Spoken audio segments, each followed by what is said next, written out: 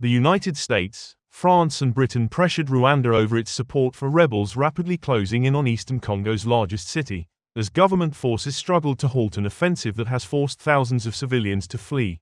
With fighters from the M23 rebel movement appearing poised to enter the city of Goma, the UN Security Council met for a day to discuss the fighting, in which 3 UN peacekeepers have been killed in the last 2 days. The rebels have advanced swiftly this month in the Democratic Republic of Congo's mineral-rich but conflict-riven eastern borderlands, raising fears that the fighting could spill over into a regional war. Rwanda denies accusations by the UN and others that it backs M23.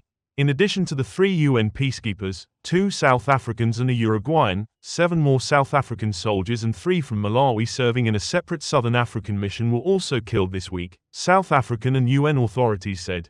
Condemning Rwanda's and M23's hostilities on Goma, acting U.S. ambassador to the UN Dorothy Shea called for a ceasefire. France's UN ambassador called for Rwanda to withdraw its troops from Congolese territory.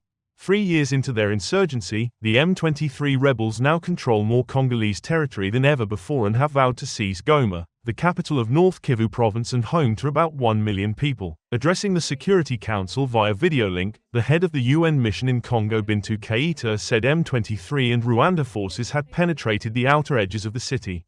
Roads are blocked and the airport can no longer be used for evacuation or humanitarian efforts. M23 has declared the airspace over Goma closed, she said. In other words, we are trapped. Eastern Congo remains a tinderbox of rebel zones and militia fiefdoms in the wake of 2 successive regional wars stemming from Rwanda's 1994 genocide.